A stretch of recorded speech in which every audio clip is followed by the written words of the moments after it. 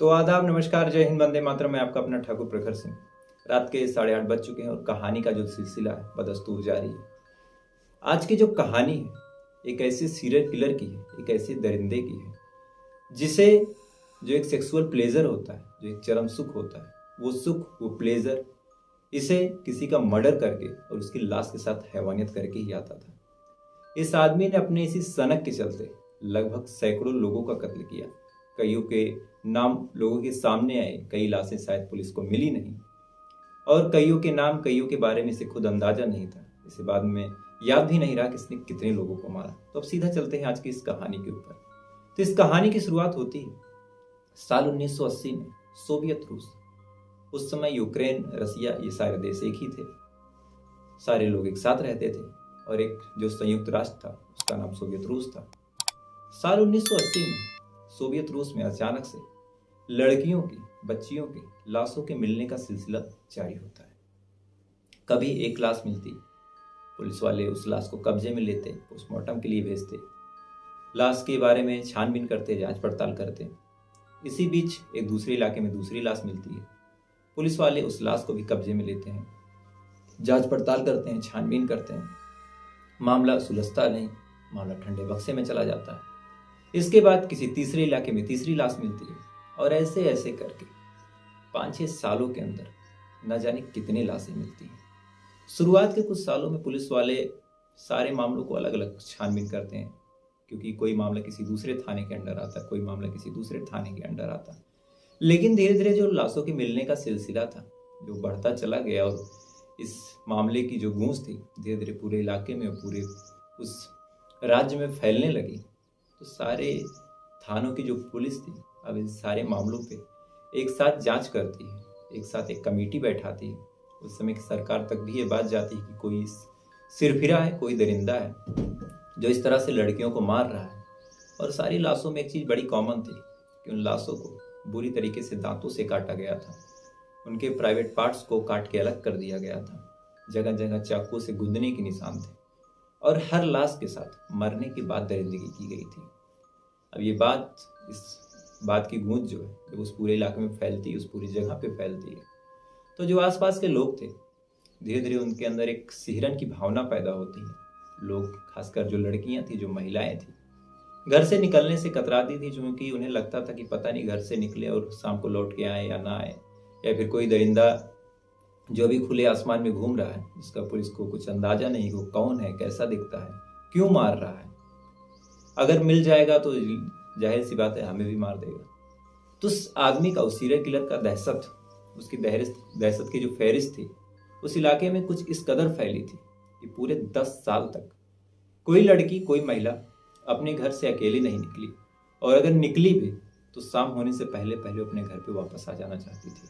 और जो भी लड़की, जो भी महिला, खासकर अगर रेलवे स्टेशन के पास घूम रही है या फिर किसी बस स्टैंड पे या फिर किसी और जगह, चाहे वो सुनसान वाली जगह हो, चाहे भीड़ भाड़ वाली जगह हो, अगर वहाँ पे गई तो वहाँ से लौट के आने के जो चांसेस थे मात्र 10 से 15% रह गए थे। लिहाजा जब ऐसी वारदात, ऐसी घटनाएं हो रही थी तो जो पुलिस प्रशासन है इन सारे मामलों को बड़ी गंभीरता से लेता है, बड़ी संज्ञानता दिखाता है, और एक खास ऑफिसर जिसका नाम ईसा था, उस ऑफिसर को इस मामले की जांच के लिए सारे थाने के पुलिस मिल के नियुक्त करते हैं। उस माने जाने ऑफिसर से रिक्वेस्ट करते हैं कि सर आप इस मामले की जांच कीजिए, क्योंकि लगभग 50 से ज़्यादा लाशें मिल चुकी हैं और 5 से 6 साल का वक्त लग चुका है और अभी भी किसी मामले का कोई खुलासा नहीं हुआ।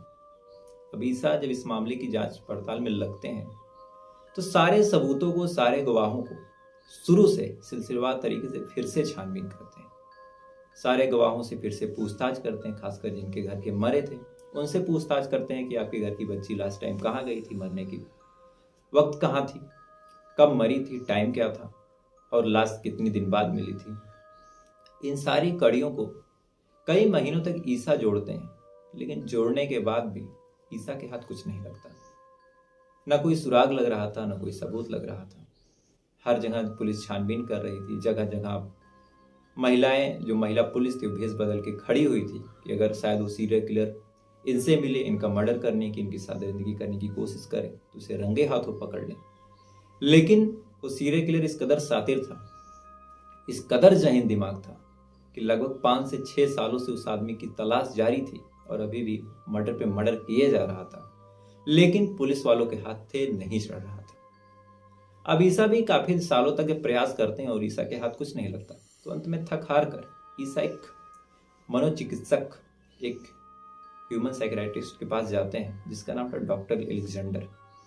और उनको ये सारी बातें जब बताते हैं तो एलेक्जेंडर से वो रिक्वेस्ट करते हुए कहते हैं कि एक आदमी है जो ऐसे ऐसे मार रहा है, और मेरा मानना है कि जब तक मैं इसकी सोच को नहीं पकड़ूंगा, इसके मारने के इरादे को नहीं जानूंगा, तब तक मैं सीरियल किलर को पकड़ नहीं सकता। अब एलेक्जेंडर इस पूरे मामले को बड़ी बारीकी से डॉक्टर, जो पुलिस इंस्पेक्टर ईसा थे, उनसे सुनते हैं और सुनने के बाद लगभग महीनों इस आदमी के ऊपर रिसर्च करते हैं, इसके मारने के तरीके को देखते हैं, हर लाश की पोस्टमार्टम रिपोर्ट को पढ़ते हैं, कई लाशें जो हाल में ही मिली थी उन लाशों को बड़ी बारीकी से देखते हैं, और लास्ट में लगभग 50 पन्नों की एक किताब इस सीरियल किलर के ऊपर लिखते हैं। अब चूंकि इस आदमी का न कोई नाम था, न इस आदमी की कोई शक्ल थी, तो कहीं कहीं इसे मॉन्स्टर किलर नाम दिया गया, कहीं कहीं किलर ऑफ रोस्ताओ दिया गया, क्योंकि ये जो घटना है रोस्ताओ शहर की थी, कहीं कहीं बूचर ऑफ रशिया दिया गया, कहीं कहीं बूचर ऑफ सोवियत रूस दिया गया। इन्हीं सारे नामों से इसके ऊपर किताबें लिखी गई, इसके ऊपर डॉक्यूमेंट्री लिखी गई। लेकिन ये आदमी कैसा दिखता था, इसका हुलिया कैसा था, ये किस लिए मारता था, ये सारे सवाल पुलिस वालों के लिए अभी भी अछूते थे। पुलिस जांच पड़ताल करती रहती, छानबीन करती रहती, समय बीतता जा रहा था। 1980 से लाशों के मिलने का जो सिलसिला था वो चालू था, और 1990 तक लगातार लाशें मिलती हैं। अब पुलिस वाले हर गली में, हर चौराहे पे, जहां जहां उन्हें डाउट था, हर रेलवे स्टेशन पे, अगर मान के चलिए कि 50 पैसेंजर खड़े हैं तो 30 उसमें से पुलिस वाले थे। इसके बाद भी, इतनी चकाचौंध व्यवस्था होने के बाद भी, वो सीरियल किलर बड़ी जहन दिमागता से लड़कियों को उठाता था, उठा के मार देता था, और पुलिस वालों के सामने सारी चीजें होती थी, लेकिन पुलिस वाले जान नहीं पाते थे। लेकिन ये सारी चीजें अचानक से चलती चलती एक दिन पुलिस के हाथों जैकपॉट लगता है। दरअसल साल 1990 में जब पुलिस वाले एक स्टेशन पे खड़े थे, आपस में बातचीत कर रहे थे, नजर रखे हुए थे कि कोई संदिग्ध ऐसा दिखाई दे तो हम उसे उठाएं, उससे पूछताछ करें। इसी बीच उन्हें एक आदमी, एक शख्स दिखाई देता है, और वो शख्स अपने खून से सने हाथ पास की एक टंकी में धुल रहा था। अब पुलिस वाले जो 10 सालों से ऐसे ही शख्स की तलाश कर रहे हैं जो मर्डर, इन सारी चीजों में इन्वॉल्व हो, उनके सामने एक ऐसा शख्स था जो खून से सने हाथ पानी में धुल रहा था। पुलिस वाले फौरन उस शख्स के पास जाते हैं और उस शख्स को उठाते हैं, और उससे जब बातचीत करने की कोशिश करते हैं तो उस शख्स के बातचीत का जो तरीका था बड़ा अजीब था। उस शख्स बातों से ही पागल लग रहा था। लिहाजा पुलिस वाले उसे थाने लाते हैं, थाने लेके पूछताछ करने की कोशिश करते हैं। लेकिन पुलिस के सामने जो सबसे बड़ी मुसीबत थी कि वहां का जो कानून था उस समय का, कि आप किसी शख्स को 10 दिन के अंदर अंदर, अगर उसने कोई गुनाह किया है, कोई जुर्म किया है, तो आपको 10 दिन के अंदर ये सारे मामले प्रूफ करके कोर्ट में रखने होंगे, और 10 दिन के अंदर अगर आप प्रूफ नहीं कर सकते तो आपको उस आदमी को छोड़ना होगा, और आप कभी उसे दोबारा परेशान भी नहीं कर सकते। यानी पुलिस वालों को तो यकीन था कि जो सीरियल किलर है वो यही आदमी है, लेकिन अगर 10 दिन के अंदर प्रूफ नहीं कर पाए तो आदमी फिर छूट जाएगा और आगे और चौकन्ना हो जाएगा, और जो सीरियल किलिंग है आगे और बढ़ती चली जाएगी। लिहाजा पुलिस वाले 1-2 दिन तक इस आदमी से पूछताछ करते हैं, अपने तरीके से भी पूछताछ करते हैं, लेकिन जब ये आदमी कुछ नहीं बोलता तो फिर से उसी डॉक्टर एलेक्जेंडर की मदद ली जाती है। डॉक्टर एलेक्जेंडर को इस आदमी के सामने बैठाया जाता है। क्योंकि अब डॉक्टर एलेक्जेंडर एक मनोचिकित्सक थे, हर इंसान की हर बातों को समझते थे, कौन सा इंसान कहाँ टूट सकता है, ये सारी चीजें जानते थे। तो इसके बाद जब डॉक्टर एलेक्जेंडर बैठते हैं तो इसी शख्स के आगे उन्होंने जो किताब लिखी थी, उस किताब को जब पढ़ते हैं तो इस किताब में जब ये शख्स अपनी कहानी पाता है, कुछ देर तक सुनता है, और सुनने के बाद फूट फूट के रोता है, और रोते हुए अपने गुनाह को कबूल करते हुए सारी बातें बताता है। और जब ये बातें बता रहा था कि इसने क्यों मारा, ये कौन है, तो पुलिस वालों के साथ साथ वो डॉक्टर भी बहुत हैरान, बहुत परेशान हो गया था, जबकि उसने न जाने कितने क्रिमिनलों के ऊपर किताबें लिखी थी, न जाने कितनों की जीवनी लिखी थी, लेकिन ये सीरियल किलर हर मामलों में सबसे अलग था। दरअसल इस सीरियल किलर का नाम आंद्रे चिकातिलो था। आंद्रे का जन्म साल 1936 के आसपास, जो इस समय का यूक्रेन है, वहीं के एक शहर में हुआ था। जन्म बेहद गरीब परिवार में हुआ। घर में ज़्यादा पैसे नहीं थे। गरीबी का आलम कुछ इस कदर था कि कभी कभार घास की रोटी ये सारी चीज़ें खा के भी जिंदगी गुजारनी पड़ी। नतीजा ये हुआ कि जो आंद्रे था बचपन से ही बहुत पतला दुबला था, औसतन बच्चों से ज़्यादा ही पतला। समय धीरे धीरे बीतता गया, थोड़ा सा बड़ा हुआ, स्कूल में गया। अपने पतलेपन की वजह से स्कूल में भी इसे बाकी जो बच्चे थे जो ठीक ठाक घरों से बिलोंग करते थे, ये सारे बच्चे इसे बुली करते हैं। बुली करने के बाद बार बार इससे अमूमन हर स्कूल में होता है कि कमजोरों को सताया ही जाता है। ये स्कूल के हर जगह का नियम है। इसके बाद समय धीरे धीरे और बीतता गया। थोड़ा सा जब ये बड़ा हुआ और जब ये थोड़ा सा जवान हुआ तो अमूमन जब स्कूल में बच्चे आते और बताते कि सुबह सुबह जो उनका लिंग है वो टाइट हो जाता है, तो ये चीज़ बड़ी इसको अजीब लगती है, क्योंकि ये ऐसी कोई चीज़ इसके साथ नहीं हो रही थी। कुछ दिन तक इसे लगता कि ये सारे लोग शायद कुछ गलत बोल रहे हैं, कुछ झूठ बोल रहे हैं। लेकिन जब समय बीतता गया और सबने ये बात बोली कि उनके साथ ऐसा होता है, इसके साथ ऐसा नहीं हो रहा था, तो कहीं ना कहीं इसने आपको माना कि इसके साथ कोई कमजोरी है, कोई सी बीमारी है, और शायद थी भी इसे कोई बीमारी। इसके बाद इस लोगों से अपना मुंह छिपाने लगा, मुंह चुराने लगा। समय बीतता गया, लोगों में प्यूबर्टी अच्छी खासी आने लगी, लोग जवान होने लगे, लेकिन इसके साथ ऐसी कोई चीज़ थी नहीं। इसे बार बार इस चीज़ पे शर्म आती, इसे अपनी बेइज्जती महसूस होती। लेकिन इसी बीच एक दिन इसकी सिस्टर की फ्रेंड आई थी, और अमूमन जो बच्चों में हो जाता है धीरे धीरे इसके साथ भी हुआ। उस फ्रेंड से इसकी बहस हुई और बहस में दोनों लड़ाई करने लगे। अब चूंकि ये लड़का था, वो लड़की थी, ये लड़ाई में उसके ऊपर हावी हुआ, और हावी होने के साथ साथ उसको जमीन पे गिरा के जब उसके ऊपर ये लेटता है और उसको मारने की कोशिश करता है, तब ये देखता है कि इसका जो लिंग है वो टाइट हो चुका है। अब ये बात इसके लिए किसी चमत्कार से कम नहीं थी, और इसके दिमाग में ये बात बैठ जाती है कि अगर मैं किसी को मारूंगा और किसी लड़की के साथ वायलेंस करूंगा तो मेरी बीमारी जो है ठीक हो जाएगी। बहरहाल ये मामला यहीं ख़त्म होता है, और इस बात पे इसने ज़्यादा तवज्जो दी नहीं। समय बीतता गया, घर में गरीबी थी और वहाँ का नियम भी था कि कुछ साल आपको सेना में देना होगा। तो ये फिर समय के साथ साथ सेना में चला जाता है। सेना में सारे लोग पुरुष थे, ज़्यादा इसे कोई मतलब नहीं था। 3 साल सेना में सर्विस देता है, और वहाँ से 1957 में सेना में जाता है। 1960 में ये वापस लौट के आता है। लौट के आने के बाद एक टेलीफोन इंजीनियरिंग की ये जॉब करता है, और उसी दौरान इसकी गर्लफ्रेंड भी बनती है। और इसी गर्लफ्रेंड की वजह से और इसके बाद जो कुछ हुआ वो शायद पूरे रूस के लिए, पूरे यूक्रेन के लिए अपने आप में एक दर्द भरा पन्ना होने वाला था। जब इसकी गर्लफ्रेंड बनती है और ये अपनी गर्लफ्रेंड के साथ शारीरिक संबंध बनाने की कोशिश करता है, 3 लाख कोशिश करने के बाद भी ये संबंध बना ही नहीं पाता। गर्लफ्रेंड कुछ देर तक इंतजार करती, जब ये संबंध नहीं बना पाता तो गर्लफ्रेंड इसका मजाक उड़ाते हुए इससे ब्रेकअप करके चली जाती है। ये बात इसके दिल में कहीं ना कहीं अब घर कर चुकी थी। फिर भी जैसे तैसे करके इसने खुद को संभाला। इसके बाद इसकी दूसरी गर्लफ्रेंड बनी। उसके साथ भी जब ये इंटीमेट करने की कोशिश कर रहा था, शारीरिक संबंध बनाने की कोशिश कर रहा था, तो फिर इसके साथ इसी बीमारी की वजह से ये वहाँ भी ये फेल होता है। और जो इसकी दूसरी गर्लफ्रेंड थी उसने ये बात पूरे गांव में, पूरे उस इलाके में साथ की जितनी लड़कियां थी सबको बता दी कि कैसे ये बेड पे फेल हो गया, कैसे इसका लिंग टाइट नहीं हुआ। इस वजह से सारी लड़कियां इसको देख के हंसती और इसे कहीं ना कहीं अब लड़कियों से नफरत होने लगी थी। बहरहाल फिर भी इसने जैसे तैसे करके खुद को संभाला और 1963 में इसकी शादी हुई। और ये शादी भी इसी की एक बहन ने अपनी एक फ्रेंड से करवाई थी। शादी हुई, अपनी पत्नी का ख्याल रखने लगा, लेकिन सारी चीज़ें ठीक थी। लेकिन इसकी बीमारी की वजह से अपनी पत्नी को भी ये शारीरिक सुख नहीं दे पाया और इसकी पत्नी ने भी इसे छोड़ दिया। इसी बीच चूंकि ये पढ़ाई कर रहा था तो वहाँ की एक यूनिवर्सिटी थी 1971 में, लिबरल आर्ट्स यूनिवर्सिटी। उस यूनिवर्सिटी में इसने डिग्री हासिल की और पास के एक स्कूल में पढ़ाने चला गया। और पढ़ाने के दौरान जब भी किसी लड़की से कोई गलती होती और उस लड़की को ये मारता तो इसका जो लिंग था टाइट हो जाता, और इस बात से इसे बड़ी खुशी मिलती।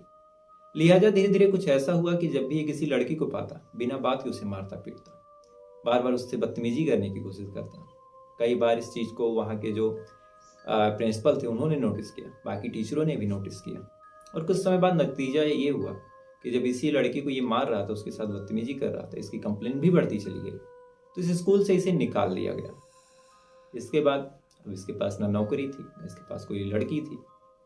और अपने जीवन में अकेला हो चुका था, चूंकि इसने लड़की से बदतमीजी की थी, इस वजह से इसे निकाला गया। तो जगह जगह इसे ताने मिलते, जगह जगह इसे टॉन्ट मिलते।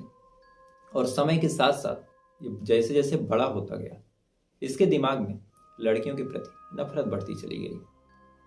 समय बीतता गया, 1978 आ गया और 22 दिसंबर 1978 को इसने अपना पहला शिकार किया। दरअसल एक 9 साल की बच्ची एलेना को ये सुनसान जगह पे पाता है। पाने के बाद उस बच्ची से ये रेप करने की कोशिश करता है। रेप कर नहीं पाता, इसका लिंग टाइट नहीं होता और वो बच्ची भी इसे छुड़ाने की कोशिश कर रही थी, इससे दूर भागने की कोशिश कर रही थी। लिहाजा इसने उसका गला दबा के उसकी हत्या की। उसके बाद फिर उसके साथ रेप किया। अब चूंकि इसने हत्या करके रेप की, तो इसके दिमाग में एक बात छप चुकी थी कि जब मैं किसी को मार दूंगा तब मेरी बीमारी ठीक हो जाएगी। लाश को इसने एक झाड़ी में फेंक दिया। किसी को कुछ पता भी नहीं चला, क्योंकि उस समय 1980 में इतनी ज़्यादा चीज़ें, मॉडर्न टेक्नोलॉजी थी नहीं। फिर इसने अपना दूसरा शिकार किया, इसने अपना तीसरा शिकार किया। और हर शिकार के बाद ये जगह जगह जब किताबें पढ़ता, जगह जगह छानबीन करता, इससे कई सारी चीज़ें पता चली। जैसे हमारे हिंदुस्तान में मान्यता है, कई लोग मानते हैं, खासकर गांव में ये चीज़ होती है, पहले तो बहुत थी, कि अगर किसी नाग को, किसी कोबरा सांप को आप मारते हैं तो मारने वाले की जो तस्वीर है उसकी आंखों में छप जाती है और बाद में नागिन आके बदला लेती है। तो ठीक यही चीज़ उसके दिमाग में थी कि अगर मैं किसी लड़की को मारूंगा तो मेरी जो फोटो है उसके दिमाग में, उसकी आंखों में छपी रहेगी और वो मुझसे भूत बन के बदला लेगी। लिहाजा जब ये किसी लड़की को मारता था तो मारने के बाद चाकू से उसकी आंखें निकाल लेता, उसके पेट को फाड़ देता, उसके प्राइवेट पार्ट्स को काट देता और लाश ऐसी हालत में मिलती कि देखने वालों के पैरों तले जमीन खिसक जाती। इसने अपना चौथा शिकार किया, इसने अपना पांचवा शिकार किया। जब ये पुलिस वालों के सामने ये सारी चीजें बता रहा था, इसने ऑन द रिकॉर्ड 56 लोगों के मारने की बात अपने मुंह से कबूली थी। कई लड़कियों को जिनकी उम्र मात्र 3 से 4 साल थी, उनको भी इसने सेम टॉर्चर से मारा। कई महिलाओं को ये उसी तरीके से मारता, उनकी पेट फाड़ देता, क्योंकि बिना किसी का मर्डर किए उनके साथ रेप भी नहीं कर सकता था। कई लड़कियां, कई महिलाएं इससे कॉपरेट करती, कहती कि जान बख्श दो, जो करना है कर लो, लेकिन बिना वायलेंस के ये कर ही नहीं सकता था। इसलिए उन सारी लड़कियों को मार के उनके साथ दरिंदगी की। अब ये सारी बातें जब ये पुलिस वालों को बता रहा था तो पुलिस वाले इससे एक सवाल पूछते हैं। पुलिस वालों का कहना था कि चलो तुमने इन लड़कियों को मारा, तो मारने के लिए तुम उनको फुसलाते कैसे थे? इसके बाद इसने बताया कि मैं सारी लड़कियों, खासकर बच्चियों के पास कुछ पैसे, कुछ मिठाई या कुछ चॉकलेट लेके जाता। उन चॉकलेट के लालच में उन्हें फंसाता और फंसाने के बाद सुनसान जगह पे लेके जाता और उनके साथ ट्राई करता रेप करने की। लेकिन चूंकि मेरी बीमारी की वजह से मैं उनका रेप नहीं कर पा रहा था, फिर मैं उनका मर्डर करता। अपने पास एक चाकू रखता, उस चाकू को उनके पेट में उतार देता, उनके निप्पल्स को काटता, उनके गर्दन को काटता और ये सारी चीज़ें करने में मुझे बहुत मज़ा आ रहा था। कई बार इसने बताया कि इसने जिनको मारा उनका खून भी पिया। कई बार इसने बताया कि जिसको मारा उसकी जुबान को काट के खा गया, कईयों के निप्पल्स को ये खा गया, कईयों के प्राइवेट पार्ट्स में इसने चाकू डाल के फाड़ दिया और कईयों के लाश के टुकड़े टुकड़े कर दिए। अब चूंकि ये जो आंकड़ा था लगभग 10 सालों का था, 1978 से इसने शुरू किया था, 1990 में पकड़ा गया। तो इसने जितना इसको याद था, इसने 56 मर्डर की बात तो स्वीकारी, लेकिन इसका कहना था कि ये आंकड़ा शायद दुगना भी हो सकता है, क्योंकि 10 सालों में मैंने कितनों को मारा, कहाँ लाशें फेंकी, कई लाश पुलिस वालों को मिली तक नहीं, ये सारी चीज़ें मुझे याद नहीं। पुलिस वाले जब ये बात सुन रहे थे तो पुलिस वालों के पैरों तले जमीन खिसकती जा रही थी, क्योंकि उनके सामने जो बैठा था शायद कुछ ही मामलों की जांच उससे कर दे, लेकिन उसने लगभग 56 मर्डर की बातों को स्वीकारा और उसने बताया कि यह आंकड़ा 100 के पार भी जा सकता है। अब पुलिस वाले ये सारी बातें ऑन द रिकॉर्ड रखते हैं, कोर्ट में जाते हैं और कोर्ट में जाने के बाद एक दिन के ही अंदर इसे सजाए मौत दे दी गई। अब जब इसे सजाए मौत दे दी गई तो उस पर भी इसके मन में कोई गिलाई नहीं थी, जैसे कोई पछतावा नहीं था कि इसने क्या किया है। ये सीधा सीधा कहता है कि मैंने जो किया कोई बहुत बड़ा पाप नहीं किया, मर्डर तो होते रहते हैं। इसके बाद साल 1994 में इसको गोली मार के, क्योंकि वहाँ का जो कानून था उस हिसाब से सर में गोली मारी जाती है, तो उस कानून के हिसाब से साल 1994 में इसकी गोली मारकर सजाए मौत दे दी गई, इसकी हत्या कर दी गई। तो फिलहाल ये थी पूरी कहानी एक ऐसे सीरियल किलर की, एक ऐसे सनकी सीरियल किलर की, जिसे लोगों को मार के ही चरम सुख मिलता था। जब तक वो किसी का मर्डर नहीं करता तब तक उसे सेक्सुअल प्लेजर नहीं मिलता। तो फिलहाल ये थी पूरी कहानी अगर आपको पसंद आई हो, अगर आप डेली सुनना चाहते हैं तो लाइक कर लीजिएगा, सब्सक्राइब कर लीजिएगा। बाकी आप अपना पॉइंट ऑफ व्यू कमेंट कर सकते हैं। तो अब आपसे कल फिर मुलाकात होगी किसी नई कहानी के साथ। तब तक अच्छे रहिए, खुश रहिए। जय हिंद, वंदे मातरम।